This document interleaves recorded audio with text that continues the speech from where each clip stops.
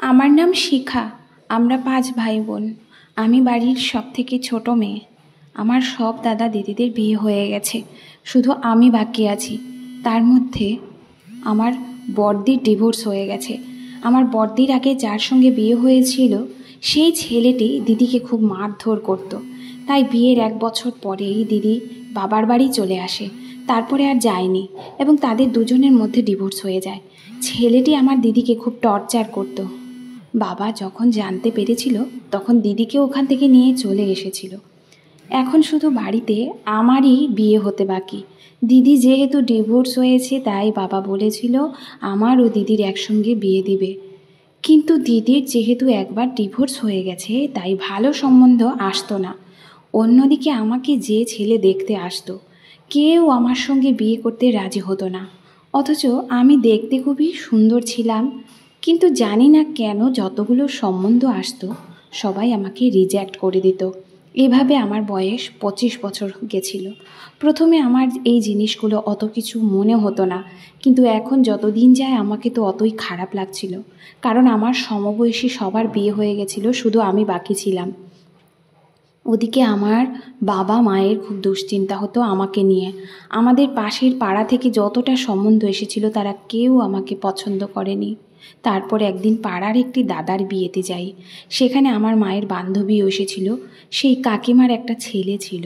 উনি বিয়েতে আমাকে দেখে নিজের ছেলের জন্য পছন্দ করেছিলেন। তার 2 দিন পরেই আমাদের বাড়িতে ফোন করে বলেন আমাকে তারা দেখতে আসবেন, এবং তারা দেখতে এসে আমাকে পছন্দ করেছিল। বাড়িতে সবাই খুব খুশি ছিল। শেষমেশ আমার বিয়েটাও এবার হতে চলেছিল। আমিও খুব খুশি ছিলাম। আমাকে পছন্দ করার 2-3 দিন পরেই আমার মায়ের বান্ধবী বাড়িতে ফোন করে বলে তারা কিছু কারণের জন্য আমাকে তাদের বাড়ির বউ করতে পারবে না। বাড়িতে সবাই এই খবরটা পেয়ে কষ্ট পেয়েছিল। সব থেকে বেশি কষ্ট আমি পেয়েছিলাম।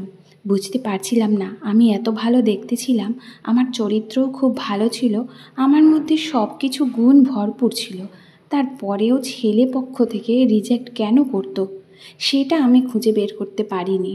তারপর একদিন আমার কপাল খুলে যায় এবং আমার জন্য একটা সম্বন্ধ আসে।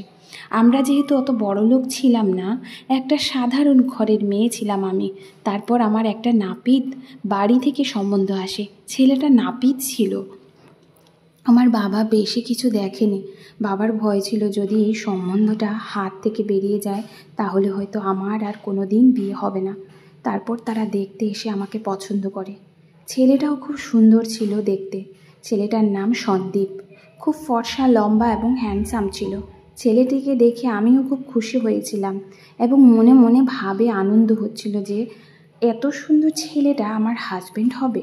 এদিকে আমার পাড়া প্রতিবেশী লোকেরা এবং যারা আমাকে চিনতো বা জানতো তারা কিন্তু আমাকে সব সময় অ্যাভয়েড করতো। আমি এটা বুঝতেই পারিনি যে তারা কেন আমাকে অ্যাভয়েড করতো। গল্পের শেষে আপনারাও এটা জানতে পারবেন, তাই গল্পটি ভালো করে শুনবেন। বিয়ের সম্বন্ধ পাকা হওয়ার 1 মাস পরে আমি বিয়ে করে চলে আসি শ্বশুরবাড়িতে। আমার ভাসুর ও আমার বর তাদের 2 ভাইয়েরই দোকান ছিল। তারা 2 ভাইয়ের নাপিত ছিল। আমার ভাসুরের এখনও বিয়ে হয়নি। আমার ভাসুর নাকি বলেছিল তার ঘাড়ে দায়িত্বটা বেশি, তাই সে এখন বিয়ে করবে না। তার ছোট ভাইয়ের বিয়ে দিবে, তারপর সে বিয়ে করবে। আমার ভাসুর দেখতে ভালো ছিল না, কিন্তু আমার বর দেখতে ভীষণ সুন্দর ছিল। বিয়ের প্রথম দিন রাতে আমি নিজের ঘরেই বসেছিলাম, অপেক্ষা করছিলাম কখন আবার বর এসে একটু ভালোবাসার কথা বলবে। বেশ কিছুক্ষণ পরে বর ঘরে ঢুকে যায়। শ্বশুরবাড়িতে অনেক আত্মীয় ছিল। সাধারণত বিয়েবাড়িতে কুটুম ও আত্মীয়রা থাকে। বর এসে দরজাটা লাগিয়ে বিছানায় আমার পাশে এসে বসে। আমি তখন অনেক বেশি এক্সাইটেড ছিলাম যে কখন সে আমার ঘোমটা তুলে আমার মুখের দিকে তাকিয়ে সৌন্দর্যের তারিফ করবে। ঠিক সে সময় এসে আমার ঘোমটা তোলার পরে সে অজ্ঞান হয়ে যায়। আমি তো ভয়ে চেঁচামেচি শুরু করে দিই। এমন অবস্থা হয়ে যায় যে বাড়িতে থাকা সব আত্মীয় স্বজনদের ডাকতে হয়। সবাই এসে আমাদের ঠাট্টা করে এবং হাসাহাসি করে। তখন তোমার মনে হচ্ছিল সেই মুহূর্তে আমি যেন হাসির পাত্র হয়ে পড়েছি। বিয়ের পরে জানি না কেন আমার বর আমাকে অ্যাভয়েড করেছিল এবং সে বেশ কিছুদিন আমার কাছেও আসেনি। ওদিকে আমার একটা বান্ধবী বরের নাম্বারে ফোন করে আমার সাথে কথা বলেছিল। আমার সেই বান্ধবীটা অনেক বড় লোক ছিল। সে বলেছিল তোর বর আর ভাসুর তো নাপিত, আমাদের বাড়িতে পাঠিয়ে দিস। আমার বাবার চুল কাটার জন্য। তারপরে এই কথাটা আমার ভাসুরকে বলেছিলাম যে আমার বান্ধবীর বাড়িতে যেতে হবে চুল কাটার জন্যে।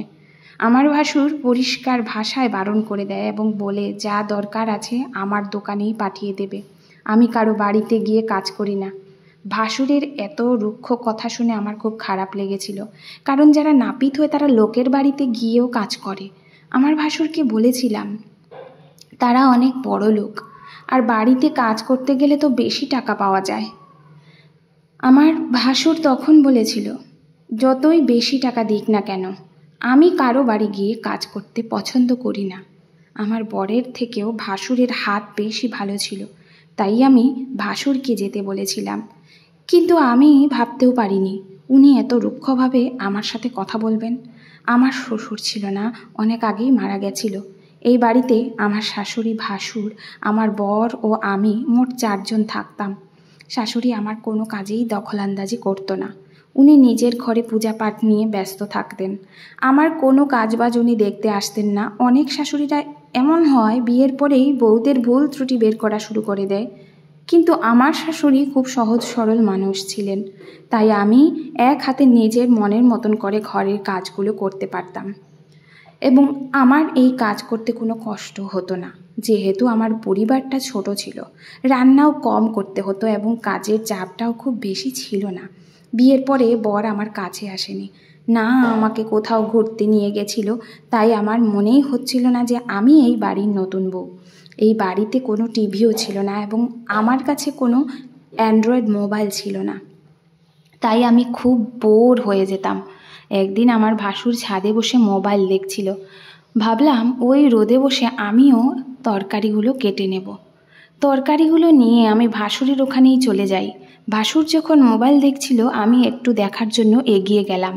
ভাসুর যখন বুঝতে পারল যে আমি মোবাইলটা দেখার জন্য তার কাছে আছি, তখন উনি আমার থেকে সরে ছাদের অন্যদিকে দেওয়াল ঠাসা দিয়ে বসে মোবাইল দেখেন। আমি তখন ভাসুরকে বলি, দাদা আপনি মোবাইলে কি দেখছেন, আমাকেও একটু দেখতে দেন। ভাসুর তখন উত্তর দেয়, আমি যা দেখছি সেটা তোমার কাজের না, তাই তোমার দেখে কোনো লাভ নেই, তুমি নিজের কাজে মন দাও। ভাসুরের এরকম রুড বিহেভিয়ার দেখে আমার খুব রাগ হয়ে উঠেছিল।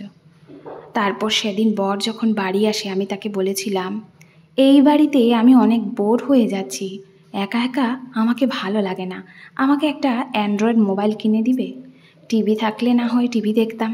বর তখন বলে ঠিক আছে, সামনে মাসে তোমাকে একটা মোবাইল কিনে দিব। আমার বরের কাছেও অ্যান্ড্রয়েড মোবাইল ছিল না, তার কাছে কি প্যাড মোবাইল ছিল। যখন নতুন নতুন বিয়ে হয় তখন নতুন জোড়া কত জায়গা ঘুরতে যায়, কিন্তু আমার বর আমাকে বিয়ের পরে ঘুরতে নিয়ে যাওয়া তো দূরের কথা, সে এখনো পর্যন্ত আমার কাছে আসেনি এবং আমার সঙ্গে খুব বেশি একটা কথাও বলতো না। সেদিন রাতে ভেবেছিলাম বরের সঙ্গে এই ব্যাপারের কথা বলবো। রাতে যখন বর বাড়ি আসে খাওয়া দাওয়ার পরে আমি তাকে জিজ্ঞেস করেছিলাম, তুমি তো এখন পর্যন্ত আমার কাছে আসোনি, না তুমি আমার সৌন্দর্যের নাম করেছো, তুমি তো আমাকে নিজে দেখে পছন্দ করে বিয়ে করেছো, তাহলে এখন দূরে দূরে কেন থাকো? বর তখন কাছে এসে আমার মাথায় হাত বুলিয়ে বলেছিল, তুমি অনেক সুন্দর দেখতে বলেই তো তোমাকে আমি পছন্দ করে বিয়ে করেছি। ভালো হয়েছিল তোমাকে অন্য কেউ পছন্দ করেনি, না হলে তো আমি তোমাকে পেতাম না। প্রথমে আমি এই জিনিসগুলো বুঝতে পারতাম না, সবাই আমাকে কেন অ্যাভয়েড করে, কিন্তু ধীরে ধীরে আমার মনে হয়েছিল কিছুটা একটা ব্যাপার আছে যার জন্য প্রত্যেকটা মানুষ আমাকে অ্যাভয়েড করে।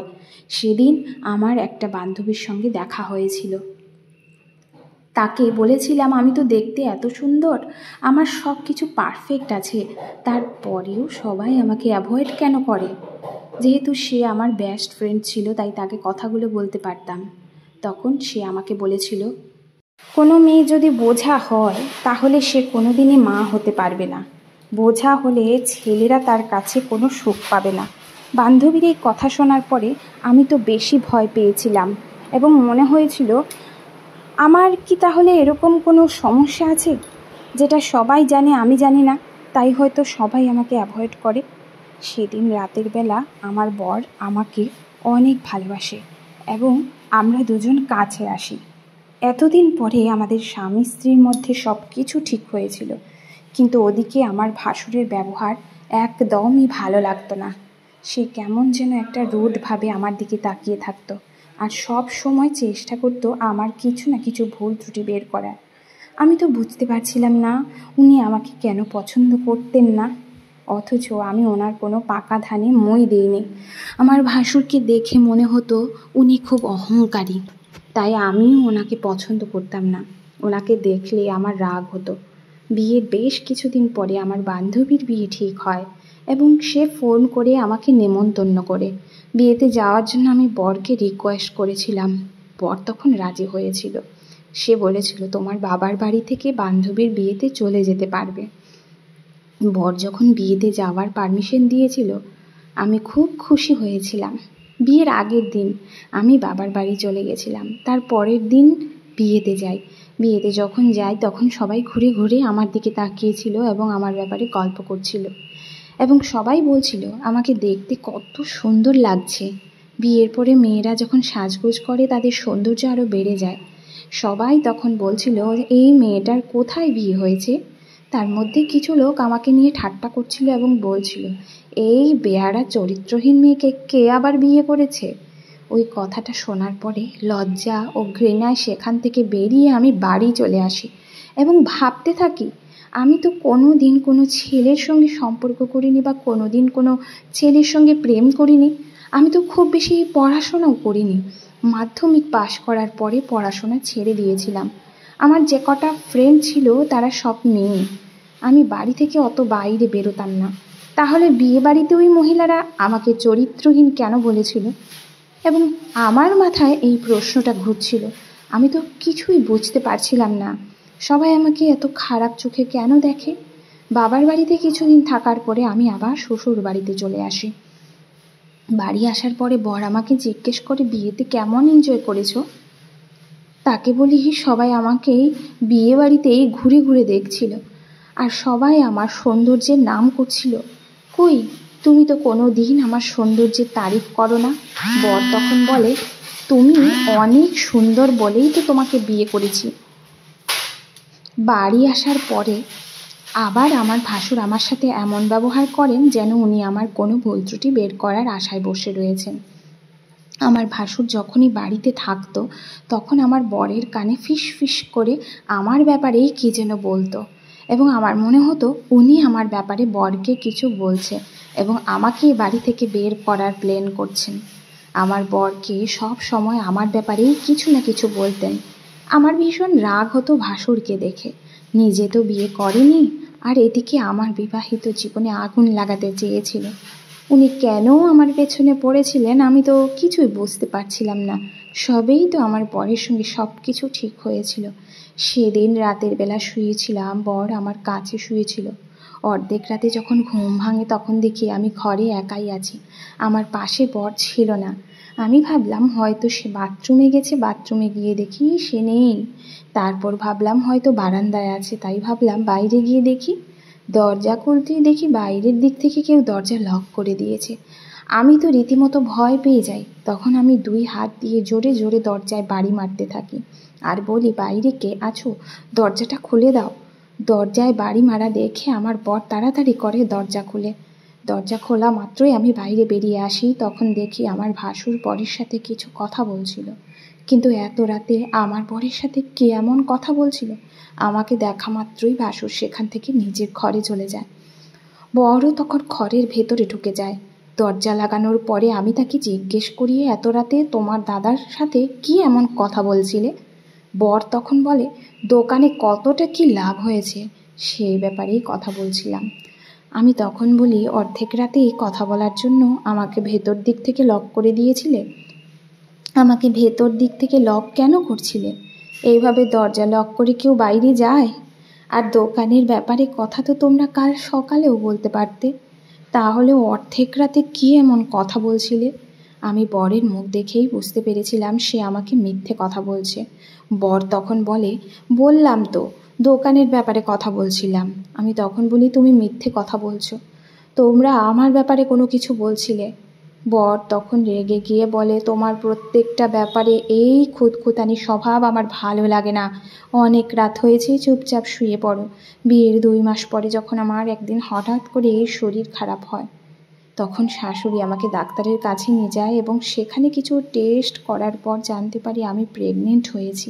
এই কথাটা শুনে আমার শাশুড়ি এবং আমি খুব খুশি। আমার মন থেকে সেই সন্দেহটা দূর হয়েছিল যেদিন আমার বান্ধবী বলেছিল বাঝা হওয়ার কথা। আজ আমার মন থেকে এত বড় সন্দেহ দূর হয়েছে এবং আমি গর্ভবতী হয়েছি। সেদিন ভেবেছিলাম বাড়ি এসে বরকে ফোন করে তাড়াতাড়ি বাড়ি ডাকবো, তারপর তাকে গুড নিউজটা দিব। বাড়ি গিয়ে দেখি ভাসুর মোবাইল নিয়ে বসে আছে। উনি বাড়িতে থাকলে বেশিরভাগ সময় মোবাইল নিয়ে বসে থাকতেন এবং কি না জানি লুকিয়ে লুকিয়ে দেখতেন, এবং যখনই আমাকে দেখতেন তখনই উনি ঘরের ভেতর ঢুকে দরজার লকটাকে বন্ধ করে দিতেন। যখনই আমি ওনার ঘরে ঝাড় দিতে যেতাম তখনই উনি দরজা ভেতর থেকে লক করে বসে থাকতেন। আমি তো বুঝতে পারছিলাম না, ওনার তো এখন বিয়ে হয়নি, তাহলে এত বেশি প্রাইভেসি কেন নিতেন? এবং বাড়িতে থাকলে উনি সব সময় দরজার লককে বন্ধ করে থাকতেন। উনি যেমন আমাকে পছন্দ করতেন না, আমিও ভাসুরকে একদম পছন্দ করতাম না। সেদিন বাড়ি এসে শাশুড়ি খুশি হয়ে আমার ভাসুরকে বলে আমি মা হতে চলেছি। তখন আমি মনে মনে ভাবি যে লোকটা আমাকে ভালোবাসে না, আমাকে পছন্দ করে না, তাহলে সেই লোকটা আমার বাচ্চাকে কি করে ভালোবাসবে? আমি তো আমার ভাসুরের সাথে কোনো কথা না বলেই নিজের ঘরে ঢুকে যাই এবং বরের আসার অপেক্ষা করতে থাকি। বরের আসার পরে তাকে গুড নিউজটা দিই। এই খবরটা শোনার পরে আমার বর অনেক খুশি হয়েছিল এবং আগের থেকে আমার অনেক বেশি খেয়াল রাখতো। সেদিন আমরা যখন একসঙ্গে খাওয়া দাওয়া করছিলাম তখন আমার শাশুড়ি বলেছিল, বৌমা, তোমাকে এখন থেকে অত বেশি কাজবাজ করতে হবে না, তুমি একটু আরাম করবে। যেহেতু ডাক্তার বলেছে তোমার শরীর খুব দুর্বল, তাই এটা খেয়াল রাখতে হবে যাতে বাচ্চার কোনো ক্ষতি না হয়। তাই তুমি একটু সাবধানে থাকবে, অত বেশি কাজ তোমাকে করতে হবে না। তোমার আসার আগে আমি এই বাড়ির সমস্ত কাজবাজ করতাম, তাই এখন তুমি শুধু দাঁড়িয়ে দাঁড়িয়ে 2 হাঁড়ি রান্না করবে, বাকি সমস্ত কাজ আমি যেমন তেমন করে নিব। শাশুড়ির কথা শোনার পরে বর আমাকে বলেছিল, মা যেটা বলেছে ঠিকই বলেছে, তুমি একটু সাবধানে থাকবে। প্রেগনেন্ট হওয়ার পরে বাড়ির লোক আমার খুব কেয়ার করতো, শুধুমাত্র আমার ভাসুর কেমন যেন আমার দিকে তাকিয়ে থাকতেন। এখনও ওনার তাকানো দেখে মনে হতো আমার কোনো ভুল ত্রুটি খুঁজে বের করার চেষ্টা করছেন। একদিন সকালবেলা নাস্তা করার পরে যখন ভাসুরকে খেতে দিই তখন উনি আমাকে বলেন, এবার তো নিজেকে একটু শোধরাও, আর কতদিন এরকম চলবে? ভাসুরের এই কথাটা শোনার পরে তো আমার পায়ের তলা থেকে মাটি সরে যায়, কারণ আমি কিছুই তো করিনি। আমি সারাদিন বাড়িতে থেকে নিজের কাজবাজ করতাম, আমি বাড়ির বাইরে বেরোতাম না। ওনাকে খাবারটা দেওয়ার পরে রেগে আমি নিজের ঘরে চলে আসি। যেহেতু কথাটা শুনে আমার ভীষণ খারাপ লেগেছিল। বরের বাড়ি আসার পরে বলেছিলাম, তোমার দাদা সব সময় আমার পেছনে লেগে থাকে, সব সময় আমাকে টানা মারা কথা বলে। আজ সকালে যখন তোমার দাদাকে নাস্তা দিতে গিয়েছিলাম তখন উনি আমাকে এইভাবে বলেছেন। এই কথার মানেটা কি? আমি তো ওনার সঙ্গে বেশি কথা বলি না, বা আমি তো তোমার দাদার কোনো ক্ষতি করিনি, তাহলে তোমার দাদা আমাকে পছন্দ করেন না কেন? বর তখন বলেছিল, তুমি একটুতেই কথা ধরে ফেলো, দাদা হয়তো সেরকম কিছু বলতে চায়নি, আর দাদার কথা ধরে অত মাথা ঘামিয়ে লাভ নেই, তুমি আরাম করো। বর তো এসব কথায় অত গুরুত্বই দিত না। একদিন আমি যখন ভাসুরের ঘরে ঝাড় দিতে যাই সেই সময় ভাসুর ঘরে ছিল না, তাই ঘরে ঢুকেছিলাম। ঘর ঝাড় দিতে গিয়ে দেখি মেঝেতে এক টুকরো কাগজ পড়ে আছে। ভেবেছিলাম হয়তো ভাসুরের কোনো গুরুত্বপূর্ণ কাগজ আছে। কাগজটা হাতে তুলতেই প্রথমে ভেবেছিলাম খুলে দেখবো না, কিন্তু আবার কি জানি মনে হলো কাগজটা খুলে দেখার। কাগজটা খুলে দেখতেই আমি আশ্চর্য হয়ে যাই, কারণ সেই কাগজের মধ্যে যে নাম্বারটা ছিল সেটা একটা ফোন নাম্বার। ফোন নাম্বারটা পড়তেই আমার মনে পড়ে এই নাম্বারটা আর কারো না, আমার বড়দি, যার ডিভোর্স হয়েছিল। বড়দির নাম্বার আমার ভাসুরের ঘরে কেন ছিল? কাগজটা হাতে নিয়ে আমি ঘর থেকে বেরিয়ে পড়ি এবং অপেক্ষা করি কখন তারা 2 ভাই বাড়িতে আসবে। তারপর রাতের বেলা যখন আমার শাশুড়ি ও বর একসঙ্গে ছিল তখন আমি তাদেরকে গিয়ে বলেছিলাম, আমার বড়দির নাম্বার ভাসুরের ঘরে কি করছে? আমার বর ও শাশুড়ি এই কথাটা শোনার পরে তারাও অবাক হয়েছিল। তখনও আমার ভাসুর ঘরে আসেনি, তখন আমি বরের কাছে মোবাইল নিয়ে বাড়িতে ফোন করি এবং মাকে জিজ্ঞেস করি বড়দির নাম্বার আমার ভাসুরির কাছে কি করছে। বড়দির কি আমার ভাসুরির সঙ্গে কোনো সম্পর্ক আছে? মা তখন আমার ওপর অনেক রাগারাগি করে, বলে এসব বাজে কথা না বলে নিজের সংসারে মন দাও, এটা বলে মা ফোন রেখে দিয়েছিল। তারপর আমার মনে সন্দেহ জাগে, আমার বড়দি কি আমার ব্যাপারে কিছু খারাপ কথা আমার ভাসুরকে বলার জন্য তার নাম্বারটা দিয়েছিল? আমার মনের মধ্যে অনেক রকম প্রশ্ন জেগে ওঠে, যেগুলোর উত্তর আমি খুঁজে পাচ্ছিলাম না। ছোটবেলা থেকে বড়দি আমার থেকে হিংসা করত। আমি যেহেতু বড়দি থেকে দেখতে অনেক বেশি সুন্দর ছিলাম, তাই আমার মনে হয়েছিল হয়তো আমার ব্যাপারে কিছু বলার জন্য ভাসুরের ফোন নাম্বার সে নিয়েছিল। ঠিক সেই সময় আমার ভাসুর ঘরে ঢুকতেই আমি তাকে জিজ্ঞেস করি, দাদা, আপনার কাছে আমার দিদির নাম্বার কি করছে? এমন কি কথা বলার ছিল যেটার জন্য আপনি আমার বড়দির নাম্বার নিয়েছেন? বড়দি কি আপনাকে আমার ব্যাপারে কিছু বলার জন্য নাম্বার দিয়েছিল? আমি ভাসুরকে প্রশ্ন করতে থাকি, না আপনার সঙ্গে বড়দির কোনো সম্পর্ক আছে? উনি কিছুক্ষণ চুপচাপ আমার কথাগুলো শুনেন, তারপর বলেন, তোমার দিদি তোমার ব্যাপারে একটা অনেক বড় কথা বলেছে, যেটা শুনে আমরা অনেক বেশি আশ্চর্য হয়েছিলাম। ভেবেছিলাম তোমাকে এই ব্যাপারে কোনো দিনও জানতে দিব না, কিন্তু এখন এই কথাটা না বললেও হবে না। তোমাকে একটা অনেক বড় অসুখ আছে, সেটা হচ্ছে তুমি ঘুমের মধ্যে হেঁটে বেড়াও এবং যেখানে সেখানে গিয়ে অজ্ঞান হয়ে পড়ে থাকো, যেটার ব্যাপারে তুমি জানো না। তোমার বয়স যখন 16 বছর ছিল তখন তুমি ঘুমের ঘোরে তোমার বড় জেঠুর ছেলের ঘরে গিয়ে ঘুমিয়েছিলে। সকালে যখন তোমার জেঠিমা এটা জানতে পেরেছিল তখন সে পুরো গ্রামে তোমার ব্যাপারে খুব নোংরা কথা রটিয়েছিল। বলেছিল তুমি নাকি ইয়াং ছেলেদের সঙ্গে রাতের বেলা নোংরা কাজ করো। এই কথাটা শোনার পরে পুরো পাড়ার লোক তোমাকে খারাপ চোখে দেখত। তোমার জেঠিমা এমনিতেই তোমাদেরকে দেখতে পারতো না, যদিও বা তুমি এটার ব্যাপারে কিছু জানতে না। এই জন্যই যখন তোমার কোনো বিয়ের সম্বন্ধ আসতো তখন তোমাকে রিজেক্ট করে দিত। তোমার চেহারা দেখে সবাই পছন্দ করে নিত, কিন্তু তোমার বাবা মা যখন ছেলে পক্ষকে এই সত্যি কথাটা বলতো তখন তারা রিজেক্ট করে দিত। কিন্তু তোমার বাবা মা এই সত্যি কথাটা আমাদের থেকে লুকিয়েছিল। বিয়েতে যখন তোমার দিদিকে আমি দেখেছিলাম তাকে আমি পছন্দ করেছিলাম। তারপর থেকে আমরা দুজন ফোনে কথা বলতাম এবং তোমার দিদিকে বলেছিলাম আমি তাকে বিয়ে করতে চাই। তোমার দিদিও রাজি ছিল। তারপর তোমার দিদি তোমার ব্যাপারে সত্যি কথা বলেছিল এবং বলেছিল যাতে আমরা তোমার খেয়াল রাখি, কারণ এটা এতটাই খারাপ অসুখ যে কেউ তোমার সঙ্গে সুযোগের সদ্য ব্যবহার করতে পারে। তাই তোমার বাবা মা তোমাকে বাড়ির বাইরে খুব একটা যেতে দিত না। ভাসুরের কথা শোনার পরে আমার পায়ের তলা থেকে যেন মাটি সরে যায়। এই কারণেই সবাই আমাকে অ্যাভয়েড করত। এবং যখন আমি বান্ধবীর বিয়েতে গেছিলাম তাই কিছু মহিলা আমাকে চরিত্রহীন বলেছিল। তারপর বর আমার কাছে এসে বলে, এই বাড়িতে আসার পরে তুমি একদিন ঘুমের মধ্যে উঠে দাদার ঘরে গিয়ে শুয়েছিলে। দাদা আমাকে এই কথাটা বলেছিল এবং এটার জন্যই দাদা সব সময় আমার সঙ্গে আলোচনা করতো যে কি করে তোমাকে এই অসুখ থেকে বাঁচানো যায়। দাদা আমাকে এটাই বলতো যাতে তোমার খেয়াল রাখি। আমি ভেবেছিলাম তোমাকে এই ব্যাপারে জানতে দিব না, কিন্তু এখন না বললেই হতো না। আমি তো ভাসুরের ব্যাপারে অনেক খারাপ ভেবেছিলাম এবং আমার বড়দিও খারাপ ভেবেছিলাম, কিন্তু তারা যে আমার এতটা খেয়াল রাখছিল সেটা আমি জানতেই পারিনি। তাই সেদিন আমার ভাসুর বলেছিল, আর কতদিন এরকম চলবে, এবার নিজেকে একটু শোধরাও।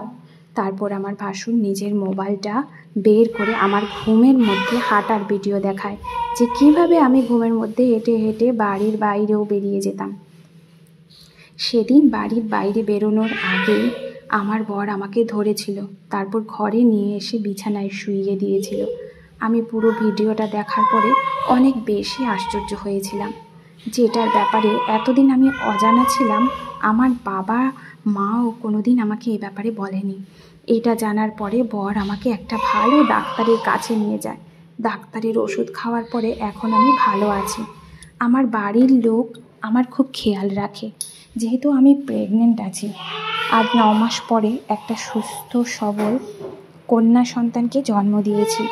এখন আমার এই অসুখটা ঠিক হয়ে গেছে বললেই চলে। ধৈর্য ধরে 2 বছর ডাক্তার দেখানোর পরে আজ আমি সম্পূর্ণভাবে সুস্থ আছি এবং বরের সাথে খুব ভালো আছি। ওদিকে আমার ভাসুর জানিয়ে দিয়েছিল বিয়ে করলে আমার বরদিকেই করবে। প্রথমে আমি ভাসুরকে পছন্দ করতাম না, তাই আমি কোনো দিনই চাইনি আমার বরদির বিয়ে ভাসুরের সঙ্গে হোক। কিন্তু আজ আমি নিজে দিদির বিয়ে ভাসুরের সঙ্গেই করে দিই, কারণ আমার ভাসুর খুব ভালো মানুষ ছিলেন। আমি ওনাকে ভুল ভেবেছিলাম। এখন আমরা সবাই খুব ভালো আছি এবং সুস্থ আছি। ধন্যবাদ বন্ধুরা।